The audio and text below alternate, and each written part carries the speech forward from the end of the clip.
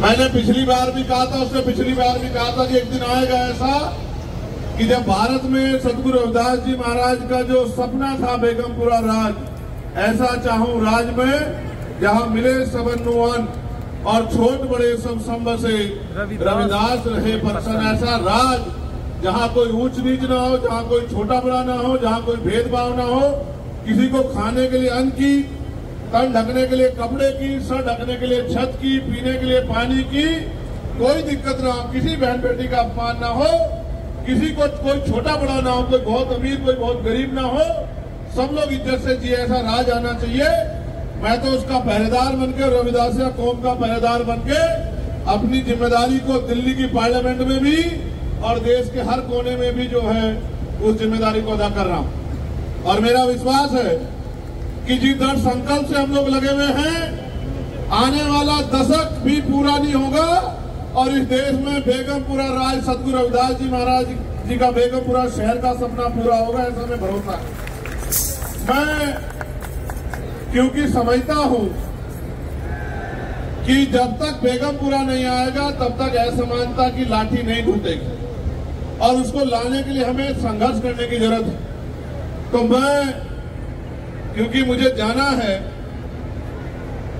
आज budget session पे बात है और मुझे यहां से बताया गया है कि जो हमारी 9 फरवरी को स्पेशल बेगमपुरा ट्रेन चलती है उसमें और जो मेले की ट्रेन चलती है, दोनों दिक्कत होती है। मैं वचन देके कहता हूं आपको इस मंच के माध्यम से कि इस बार और इस बार के बाद जब बेगमपुरा ट्रेन चला करेगी हमारी स्पेशल ट्रेन और मेले वाली ट्रेन, तो उनके जो जिस तरह की सुविधा हमारी संगत चाहती है, जिस तरह का महाराज जी का आदेश है, वो पूरी होगी, इस बात का मैं आप लोगों को वचन देता हूं। मैं आज ही जाके रेल मंत्री जी से इस बात को कहूंगा, क्योंकि महाराज जी से बड़ा हम पे अब कोई नहीं है यहाँ। महाराज जी हमारे कुल गुरु हैं, महाराज जी हमारी जो है आदिशक्ति है, महाराज जी हमारी जो है गौरव है और उनका आदेश हमारे लिए सर माथे। और एक और हमने प्रयास ये किया था कि हमारी एक रेजिमेंट जो बहाल होनी चाहिए थी वो बहाल नहीं हो रही है, उसके लिए भी हमने पार्लियामेंट में प्रयास किया था और हमने कहा था कि वो रेजिमेंट बहाल कर दो। मगर मुझे लगता है माननीय काशीराम साहब कहते थे कि बहाल मांगने से नहीं होगी, वो ताकत बना के करनी पड़ेगी।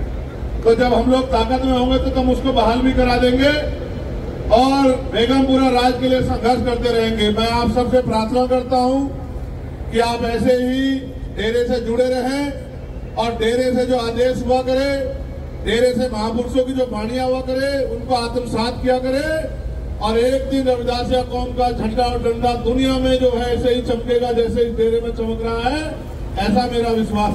बहुत बहुत धन्यवाद, बहुत बहुत धन्यवाद। एक आदेश मुझे ये हुआ है कि तुगलकाबाद का हमारा गुरु घर नहीं बना है और आप जानते हैं मैंने पार्लियामेंट में पहले दिन ये बात उठाई थी कि सबकी आस्था का सम्मान होना चाहिए।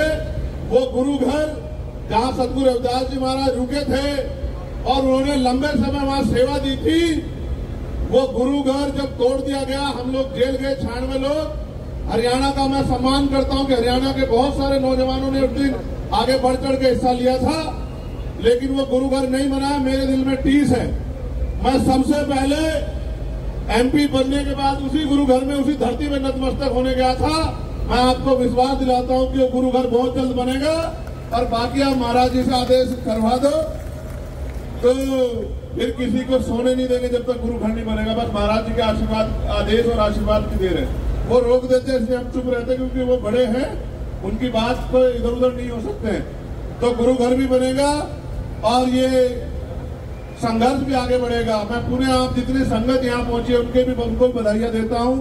उनके लिए भी सतगुरु रविदास जी महाराज से प्रार्थना करता हूँ कि महाराज जी का आशीर्वाद आप में बना रहे।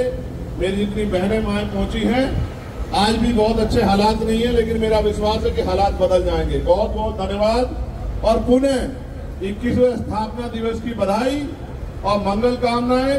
और महाराज मनदीप दास जी से आग्रह है कि आप भी आदेश कर दिया करो। बड़ी तकलीफ होती है जब उस गुरु घर में जाते हैं।